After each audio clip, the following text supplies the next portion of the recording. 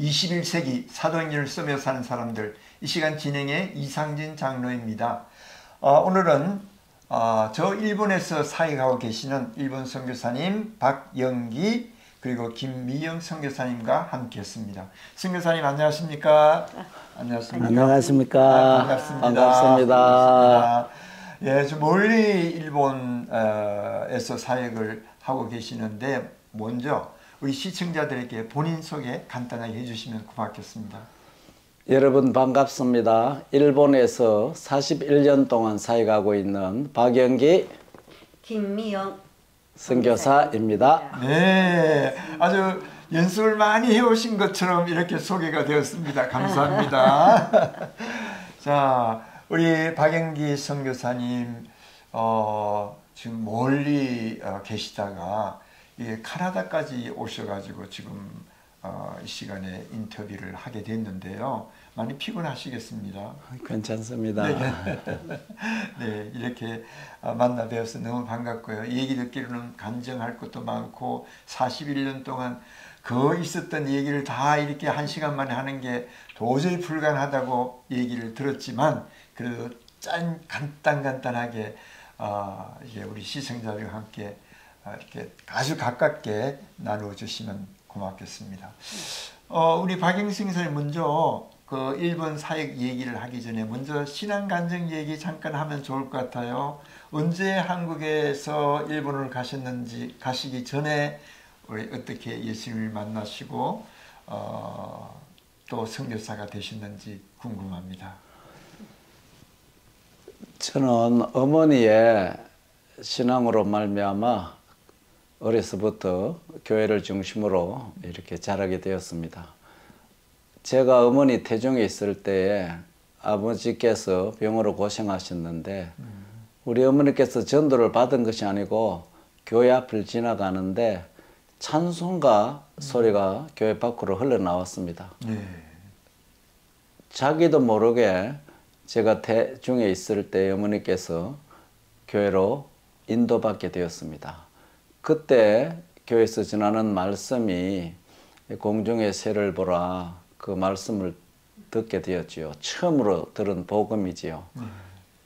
공중의 새도 먹이시고 입히시고 기르시는 하나님께서 새보다 몇천 배 몇만 배로 귀한 하나님 믿는 사람들을 하나님이 먹이시고 입히시는 그런 사랑의 하나님이라는 말씀을 들을 때에 어머니께서 이런 하나님이라면은 나도 평생 믿고 살겠다고 결단을 하고 그때부터 어머니가 교회 중심으로 살게 되었습니다. 그래서 저는 어려서부터 항상 교회 중심으로 자라오게 되었습니다. 그러니까 모태신앙이네요. 그렇습니다. 네.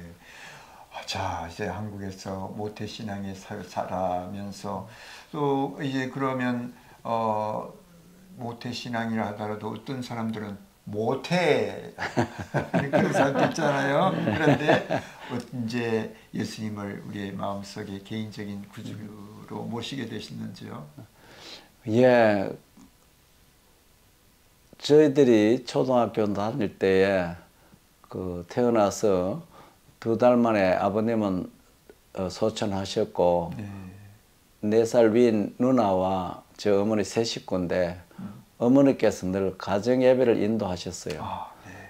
그래서 가정예배 인도할 때마다 어머니께서 우리 누나와 저를 위해서 기도하는 일은 어머니가 하셨고 또 성경을 읽는 일은 누나와 제가 돌아가면서 읽었습니다. 그래서 어려서부터 늘 교회 학교와 또 가정예배, 교회 중심으로 자라면서 하나님이 우리의 아버지인 그런 믿음이 있었기 때문에 정말로 어머니의 그 눈물의 기도 때문에 평생 동안 그 하나님 중심으로 살 수 있는 그런 기초신앙을 어머니께 이렇게 전수받았다고 생각을 합니다. 그래서 고등학교 3학년 때 우리 같이 신앙생활 했던 친구 6명이 한날 함께 세례를 받고 모두가 주를 위해서 헌신하기로 작정했는데 남자 2명, 여자 4명인데 저는 목사, 선교사가 되었고 남자 1명은 귀한 장로님이 되어 있어서 주께 충성하고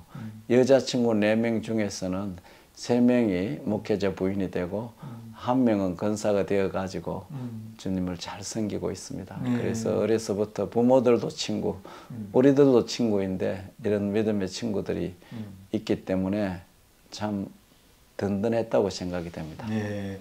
야, 그러니까 어머니의 기도 그리고 어머니와 함께 가정 예배를 드린 것이 우리 신앙생활에 참 도움이 많이 된다 이렇게 생각할 수 있는데 실제로 그렇습니다. 그렇죠? 우리 목사님의 경우를 본다 하더라도 어머니가 함께 가정 예배를 드리면서 신앙의 기초가 아주 단단하게 다져졌다 하셨는데 이 방송을 듣는 여러분들 가운데서 혹시 아직까지 신앙의 자녀들을 위해서라도 이렇게 가정 예배를 한번 권유해 보면 참 좋겠다 이렇게 생각이 됩니다. 예. 예, 어머니께서 눈물로 기도하셨던 그 모습들 지금도 생각만 하더라도 나도 저런 신앙을 또 우리 자녀들에게 물려줘야 된다 이 생각이 늘 있습니다. 네. 그리고 어머니께서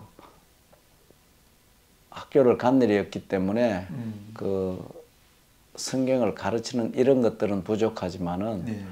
기도는 할 수 있었어요. 그럼요. 그때 어머니의 기도가 응답되는 모습들을 저희들이 보면서 정말로 하나님께 기도하는 것이 얼마나 중요한가 하는 것들을 몸으로 경험했어요. 네.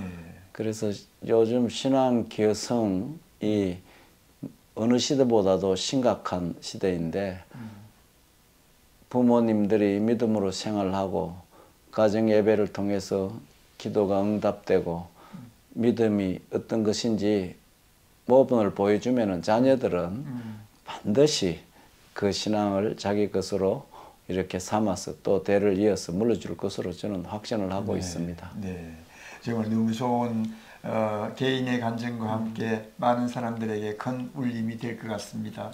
옆에 사모님 계시는데요. 우리 김미영 사모님. 네. 네, 안녕하십니까? 안녕하세요. 네. 김미영 사모님은 언제 예수를 믿게 되셨나요? 네, 나는 고등학교 2학년 때 네. 우리 집 가까이에 네. 한국에서 오시는 네. 선교사님이 네. 개척 시작했습니다. 네, 네. 그 교회에 우리 어머니는 그 불교 네. 열심히 하는 사람이었는데 네. 그 집 가정에 여러 가지 문제가 있어가지고 그 절강 다니고 있는 네. 우리 어머니 친구가 네.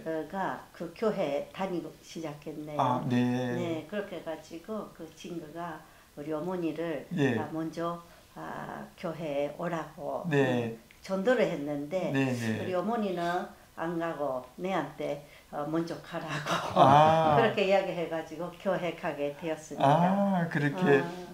네. 그래서 예수를 처음 믿게 되셨네요. 네, 그 교회 처음 갔는데 너무 교회가 편안하고 네. 그렇게 가지고 가게 됐습니다. 네, 네. 사모님 실례하지만 네. 이 말투가 네, 그렇죠. 좀 우리 보통 한국 사람하고 조금 네. 다른 것 같은데 혹시 네.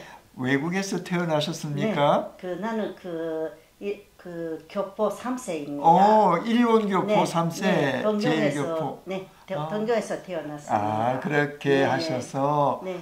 그러면 궁금한 게 네. 그렇게 해서 이제 예수를 믿게 되고 이렇게 했는데 네. 어떻게 우리 박영기 목사님을 만나시게 되셨나요?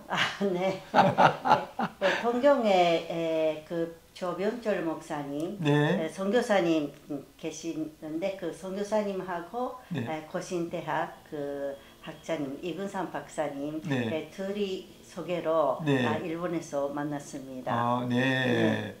그러니까 한국에서 만난 게 아니고 일본에서 만나셨어요. 네. 그러니까 목사님이 일본으로 들어오셨네요. 네, 선보러 왔습니다. 선보러. 예, 어느 날 예. 우리 이건삼 박사님께서 네.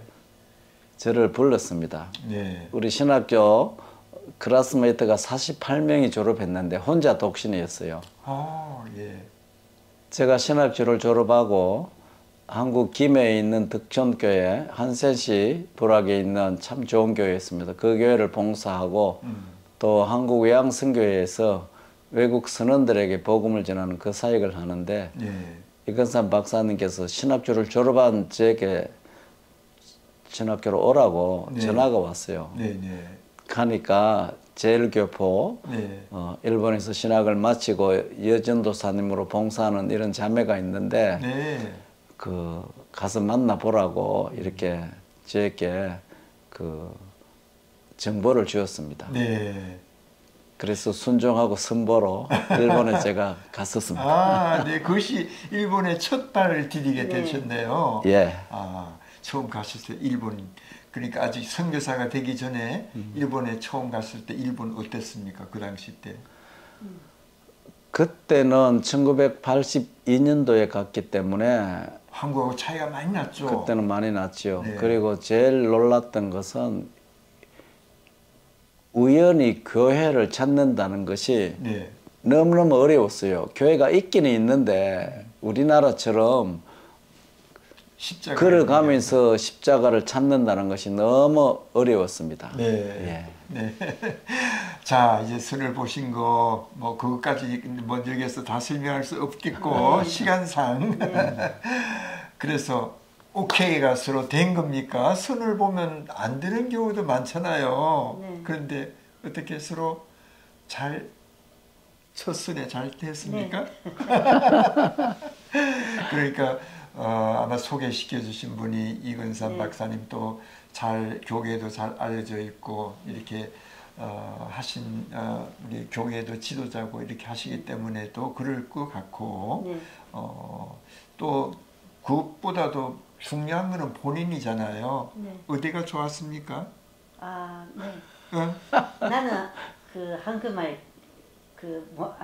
듣는 것만 듣고 그 표현하는 거는 말하는 거는 진짜 어려웠어요. 어려워요.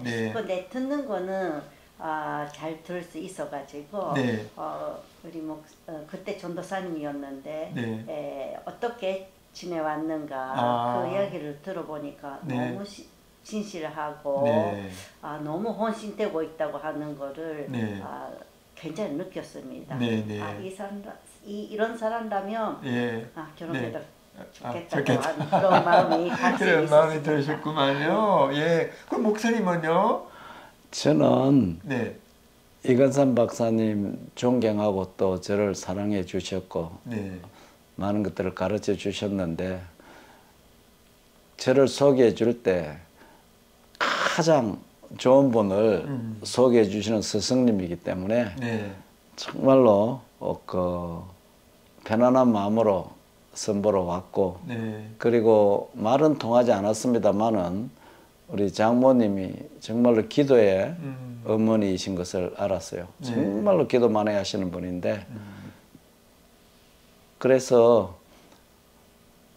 전혀 불편함이 없이 자연적으로 이렇게 만나고 1년 후에 손보고 또 헤어졌잖아요. 그렇죠. 그러면서 편지로 교제하고 한 번씩 전화로 교제하면서 1년 후에 부산에서 결혼식을 하고 집사람은 한국에서 그때 이제 2년 같이 살고 그래서 한국에서 1985년 2월 7일에 그 KPM 단체에서 파송을 받고 일본으로 들어가게 되었죠. 그렇습니까? 이 뭐 히스토리가 다 나오는데 그래도 이것이 우리의 그 간정이고 서로 나눔이라고 하는 그런 뜻에서 혹시 박영기 목사님을 그리고 김미영 선교사님을 아시는 사람들은 그렇게 되었구나 이렇게 얘기하는 분들 있을 거고 같이 잘 아시는 분들은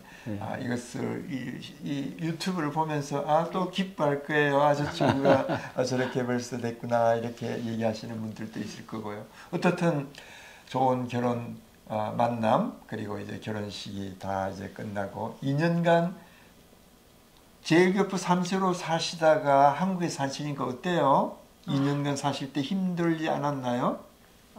너무 환경이 달라가지고 달랐어.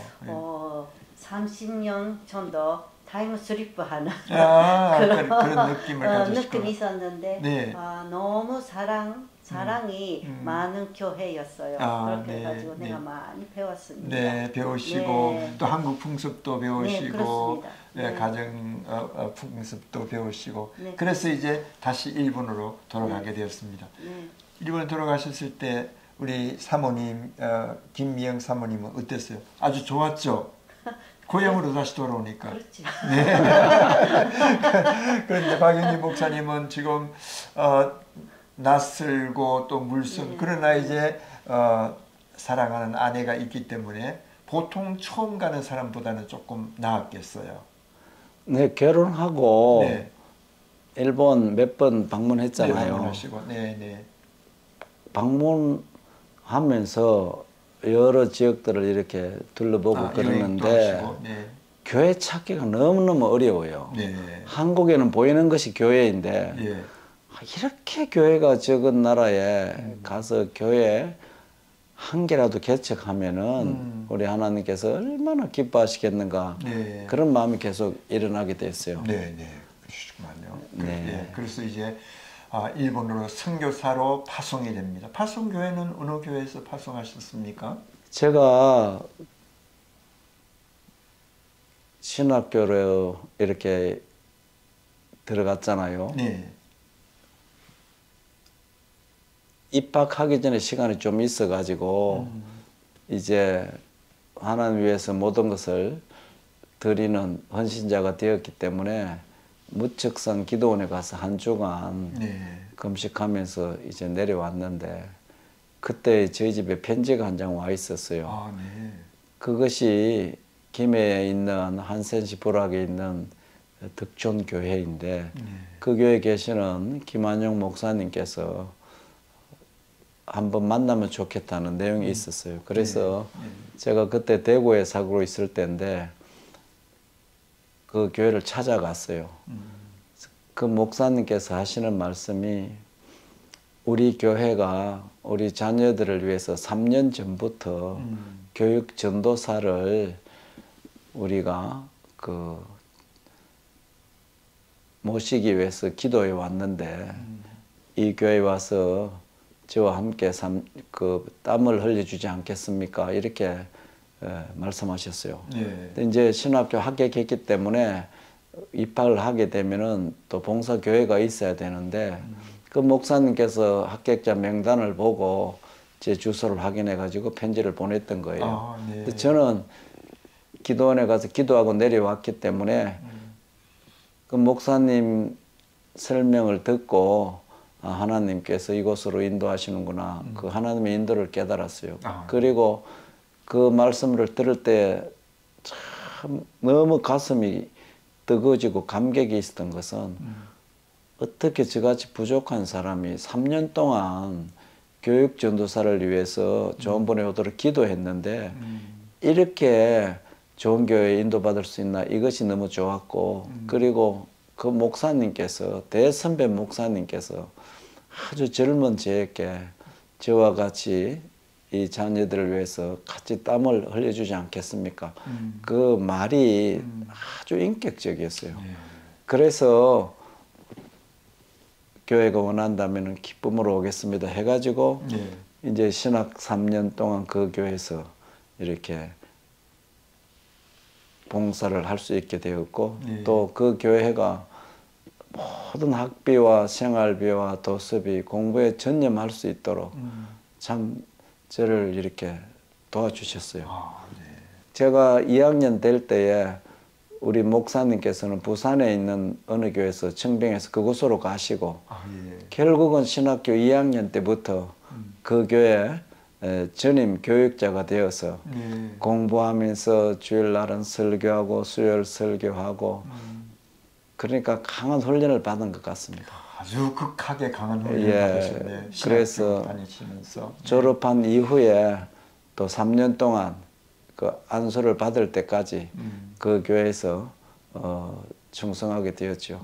그리고 졸업과 동시에 한국외양선교회 부산 지부에서 그 연락이 와서 저 전임 지부 총무님께서 유학을 가기 때문에 이 외양선교를 좀 맡아서 봉사해 줄 수 없겠느냐 이렇게 제안이 왔을 때 우리 덕천교회 당회원들 4분이 계시는데 전도하는 이런 곳인데 이런 제안이 왔는데 월요일부터 금요일까지 나가서 외국에서 오는 그 무역선들 배에 승선해서 선원들에게 복음을 전하는데 그 일을 해도 괜찮겠습니까 하니까 선교하고 전도하는 일인데 하십시오 이렇게 해가지고 목회를 하면서 외항선교회 부산지부 책임을 맡으면서 이렇게 지내게 되었습니다. 그래서 진짜 한국에 있는 동안 그 바쁜 생활을 이렇게 하게 되었어요. 한순간 또 쉴 날이 없었던 것 같아요. 네. 그러니까 동기에 동창회 어떤 모임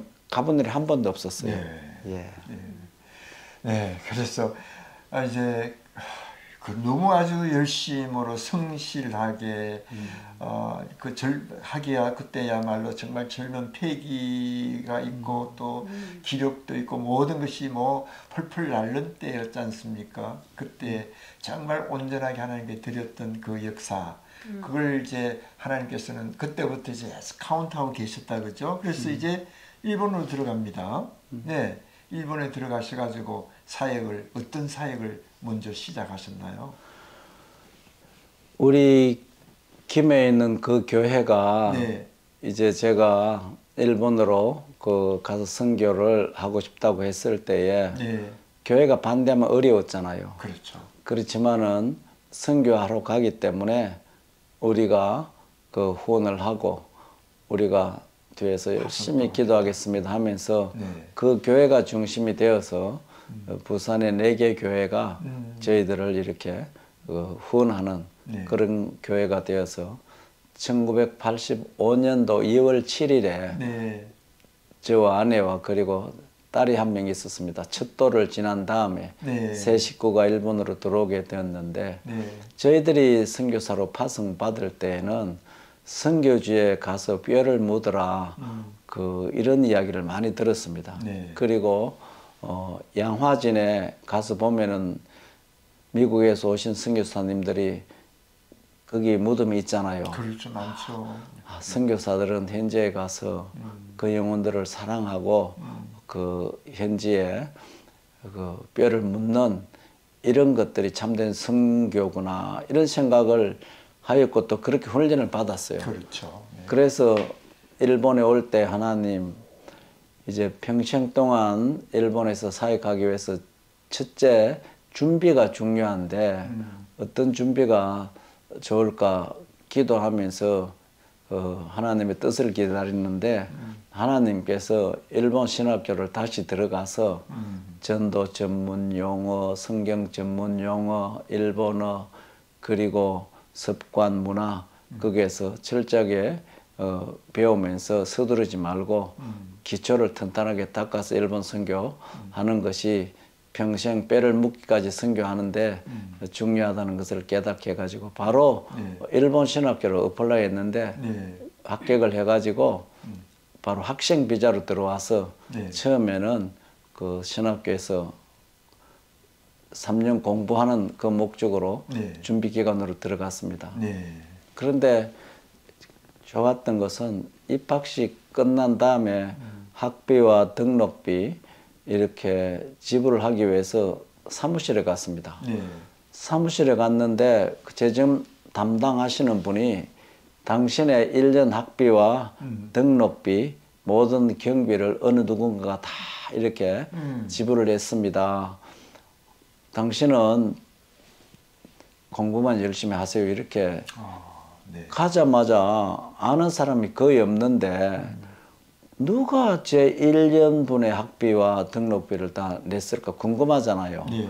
그래서 또 찾아가서 이름이라도 알려달라고 또 부탁했는데 그분이 이름은 알려주지 말라고 했기 때문에 그건 알려줄 수 없고 당신은 공부만 열심히 하면 됩니다. 그렇게 했어요.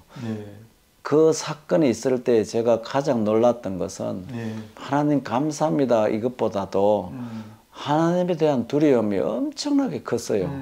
그러면서 떠오르는 생각은 이놈아 내가 너와 함께하고 있는데 네가 만약에 내가 원하는 코스에서 벗어나면은 어떻게 되는지 잘 알지 뭐 그런 생각이 오는데 정말 하나님에 대한 두려움이 컸어요. 그러면서 참 제일 책상 앞자리에 중앙에 앉아서 일본말도 잘 하지도 못하면서 그 3년 동안 그 자리에 앉아 있는 훈련을 했었지요. 그래서 일본 신학교 선생님들과 또 클래스 18명, 2년 선배, 2년 후배 이렇게 해가지고 언제든지 상담할 수 있는 일본 친구들, 선생님들을 많이 만날 수 있는 그런 좋은 신학 훈련 그리고 동지들을 만나게 된 것이 선교 준비에 큰 도움이 되었습니다. 그렇겠죠. 특별히 선교 현지에서 교육을 받는다는 것은 동기들뿐만 아니고 교수들하고 좋은 인연관계를 맺게 되니까 네트워크를 만들게 되니까 선교하는 데도 저 졸업 후에는 많은 도움을 받지 않았을까 그렇게 생각이 되네요. 지금까지도 많이 도움을 받죠. 그리고 전국에 흩어지는 친구들이 있고 또 제가 일본말 표현이 부족할 때라든지 교수나 또 친구들에게 전화해가지고 쉽게 표현할 수 있는 것들을 또 늘 그분들이 가르쳐주고 이렇게 해가지고 정말로 언제든지 그 버팀목이 되어줄 수 있는 이런 현지 친구들과 교수님들이 있다는 것이 참 행복했어요. 그렇겠습니다. 또 사모님은 그렇게 신학교 생활을 할 때 많이 또 내조하시고 그렇게 하셨겠죠? 네, 그렇겠지요. 사역도 하셨습니까? 같이? 개척할 때 같이 개척할 때 하시고. 일본 신학교를 졸업하고 여전도사로 결혼 전에 봉사했기 때문에 저보다 더 많이 했어요. 그렇죠. 일본말이 완벽하니까. 일본말도 완벽. 그렇죠. 일본에서 났으니까 일본말도 완벽하고 또 신학교를 졸업했으니까 또 신학교에 또 아시는 분들도 많고 동기들도 많고 그러니까 뭐 외국에 나갔다는 하지만 뭐 고국에 있을 때와 뭐 별 다른 외로움이나 어떤 다른 어려움은 없을 것 같아요. 그런 건 없었어요. 그것만 하더라도 얼마나 큰 일입니까. 그러나 한국에서 1살짜리 따님을 데리고 이렇게 간 그것도 지금 지나면 많이 추억이 되죠. 그 따님은 지금 뭐 40이 넘었겠습니다. 네, 그렇습니다. 지금 43살 됐죠. 네, 그러니까요.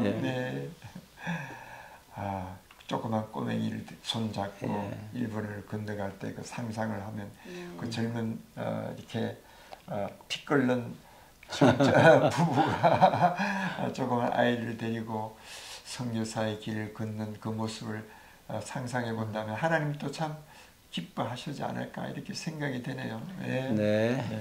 자, 이제 가서 신학교도 졸업하시고 이제 어디에서 사역을 시작하시게 되셨습니까?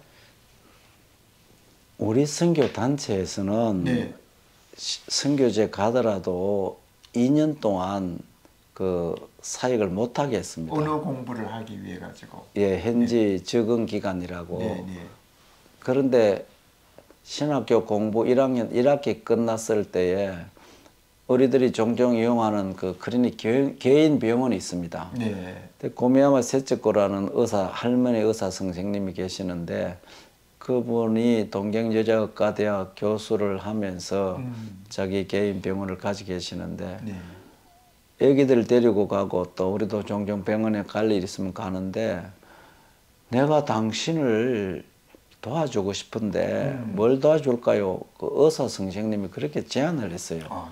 그래서 제가 목사이고 선교사인데 앞으로 교회를 개척하려면 사람이 모일 수 있는 홀이 필요하다고 이야기했을 때 그분이 그 자리에서 살고 있지 않는 자기 단독 주택이 하나 있는데 5년 동안 월세도 필요 없으니까 그곳에서 교회 하시라고 예수도 믿지 않는 분이 그렇게 제안을 해 주었어요. 그래서 제가 혼자 결정할 수 없어서 그 우리 KPM 본부에 연락해 가지고 총회장님과 선교부장이 오셨어요. 그래서 집도 보고 의사도 만나고 최종적으로 결론을 내리기를 둘 다 일본말을 못하면은 시작할 수 없지만 한 사람은 완벽하니까. 네. 그리고 또 하나님께서 또 그 의사를 통해서 이런 문을 열어주었기 때문에 특별 케이스를 허락해 주었어요. 아, 네. 그래서 일본에 들어가서 한 학기 공부하고 네. 개척을 하게 되었습니다. 와, 이거 완전히 스페셜 케이스네요. 그러니까 본부의 선교단체 본부의 그 판례 정책은 2년 동안은 아무것도 하지 말고 배우라고만 했는데 예. 벌써 이제 뭐 6개월 정도 되고 나서부터 이제 교회 개척이 이제 시작이 되네요. 예. 아, 처음에 일본이 교회 개척이 참 힘들다고 얘기 들었거든요. 교인들이 얼마나 좀 오게 되겠습니까? 개척 초기 단계 때에 그를 상상해 본다면 생각해 본다면. 제로부터 개척이기 때문에 네. 그래도 감사했던 것은 네. 처갓집이 동경이니까 네. 장인 장모님, 장인 장모님 모시고 네. 처갓집 식구들 네. 중심으로 그 조그만하게 시작했지요. 그렇죠. 네. 그때도 제가 그래도 마음에 기쁨이 있었던 것은 그때 저희들이 받는 선교비 가지고는 일본 물가가 올라가지고 네. 정말로 그 집세 내기도 어려웠을 때였어요. 그런데 교회를 개척하게 되면 또 월세가 들어가는데 그 의사 선생님이 5년 동안 무료로 제공해 주었지 않습니까? 그래서 그때도 하나님 감사합니다 그런 마음도 있지만은 어떻게 이런 일이 있을 수 있지? 그렇게 하면서 그때도 제 마음속에는 하나님에 대한 두려움이 엄청나게 컸습니다. 네. 그러면서 이놈아 네가 만약에 내가 원하는 곳에서 벗어나면 어떻게 되는지 네가 더 잘 알지.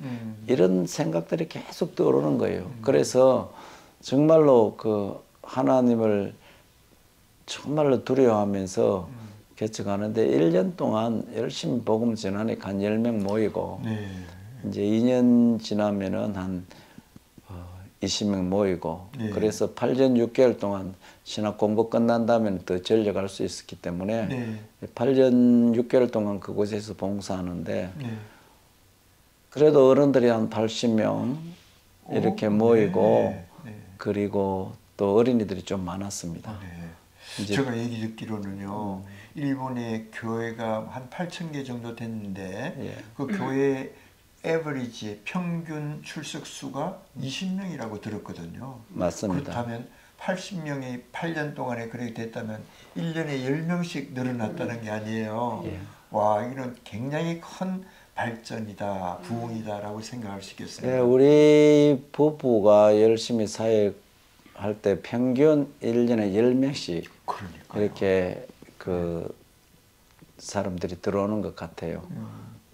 그래서 그때 동경에서 처음 개척한 교회가 아다치 아이누 교회인데 동경의 그 변두리죠. 네. 이제 의사 선생님께서는 5년 네. 5년 후에 자기 아들이 결혼하면 들어올 수 있기 때문에 처음부터 5년 동안 공짜로 사용을 그랬어요. 네. 네. 그래서 5년 동안 열심히 그 헌금을 하면서 모았죠. 그래서 5년 후에 이제 저희들이 이사를 가려고 하는데 참 그때 당시에 저희들이 열심히 그 준비했던 게 일본 돈 5천만 엔으로 살 수 있는 그 낡은 주택이나 그 홀을 찾는데 정말로 그 적당한 물건이 없었어요. 네. 어쩌다가 그 우메지마 역 앞에 라이온스 맨션 그 1층이 사무실로 나오는데 22평 홀이 하나 있는데 그것이 8,700만 원에 나왔어요. 네. 근데 우리는 5천만 원 예산인데 8,700이니까 3,700이 일본 돈으로 오버되기 때문에 살 형편이 안 되지요. 그런데 저도 참 지금도 감사하고 있는 것은 우리 교회에서 재정을 맡고 있던 그 아이자와 에이코 자매님이 있는데 네. 그분이 지금 살만한 물건은 22평 조그마한 그 돈 8,700만 원 그 홀밖에 없는데 네. 우리 예산은 5천만 원인데 네. 오버하는 돈이 있는데 그분이 저에게 찾아왔어요. 네. 우리 교회 회계가 목사님 이 그 22평 홀을 사라는 하나님의 그 응답을 받았습니까? 그렇게 저에게 질문을 해요. 네. 그런데 제가 뭐 하나님이 살아 음성을 들은 것도 아니고 그 특별한 그 하나님의 음성 들은 건 없습니다. 그러니까 그분이 그게 아니고 목사님이 기도하니까 하나님이 여기가 좋으니까 살아는 하나님의 사인을 받았습니까? 또 물어봐요. 네. 근데 하나님이 살아 사지 마라 그런 사인을 직접 못 받았기 때문에 그냥 기도하고 있습니다. 그러니까 이분이 너무 답답해 하시는 거예요. 네. 일주일 후에 또 와서 같은 질문을 또 하는 거예요. 하나님이 사라고 하는 그런 그 허락을 사인을 받았습니까? 묻는데 하나님의 음성을 듣지 못했기 때문에 그냥 기도만 하고 있습니다. 그러니까 그분이 답답해 가지고 이 홀 마음에 듭니까? 물어봐요. 네. 진짜 마음에 듭니다. 그러니까 그분이 사자는 거예요. 네. 돈을 어떻게 할 거냐 하니까 그분이 그 나머지 돈은 자기에게 맡겨주십시오. 그렇게 했어요. 그래서 우리는 그분은 돈이 있는지 없는지 모르잖아요. 항상 순수하게 그 40대가 넘는 싱글 자매이었기 때문에 그래요. 나중에 알고 보니까 자기가 단기 대학을 졸업하고 아버지가 고급 가방 만드는 회사의 사장인데 아버지 회사에서 20몇 년 동안 일을 하면서 모아놨던 돈이 있었던 것 같아요. 네. 자기 미래를 위해서. 네. 근데 이분이 자기가 돈이 부족한 것은 이렇게 채우려고 하는 마음에 이미 각오가 있었어요. 그래서 저에게 하나님의 사인을 받았냐고 자꾸 물어요. 내가 하나님의 응답을 음성으로 받은 건 없기 때문에 결국 기도하고 있고 큰물은 마음에 든다. 그렇게 했는데 그분이 그 사족해가지고 나머지 돈은 그분이 이렇게 사람들에게 이름 없이 빚도 없이 저 혼자만 알아라 하면서 그렇게 해결해 줘가지고 그 5년 이후에 네. 그 역 앞에 있는 22평 홀을 우리가 사가지고 네. 거기에서 이제 더 큰 사역을 하게 되었죠. 네. 그래서 참 하나님께서 어떻게 필요한 때 이런 일을 하시는가. 또 그때도 제가 이 자매가 헌신이 크구나 이런 것도 있지만은 참 하나님이 우리와 함께 한다는 눈에 보이지 않는 하나님 우리와 함께 한다는 그 하나님에 대한 두려움 예. 이것이 저에게 큰 그 저의 영적 성장에 네. 큰 도움이 됐던 것 같아요. 예. 아, 이렇게 신앙 얘기 이제 교회 개척 얘기 첫 이제 동령에서 있었던 그 교회 시작 얘기는 정말 어떤 분들에게는 뭐 그럴 수 있다고 하지만 저 그 목회 그 책임을 지고 목회하시는 목사님의 입장으로서는 정말 하나님의 두려움. 그 두려움이라고 하는 게 결국 어떤 사랑하는 마음이죠. 예, 다른 말로 표현한다면 교회야, 믿음이에요. 그렇죠. 믿음. 예. 예, 믿음. 하나님은 저렇게 신실하게 우리를 두렵게 하기까지 믿음에 이르게 하는데라고 하는 그런 마음 속에서 그 일을 시작하시게 되었고 아무래도 40년간을 다 얘기하려고 그러면 이 짧은 시간 어떻게 다 하겠습니까만 오늘은 동경에서의 이 얘기로 마치고 다음에 그 이후에 32년간 사역했던 저 멀리 삿포로로 한번 가보도록 하겠습니다. 네. 자, 우리 시청자 여러분, 여러분들께서는 박영기 선교사님, 김미영 선교사님의 선교사역, 일본 선교사역 얘기를 신앙 간증과 함께 들었습니다. 그럼 다음에 또 만나기로 하겠습니다. 안녕히 계십시오.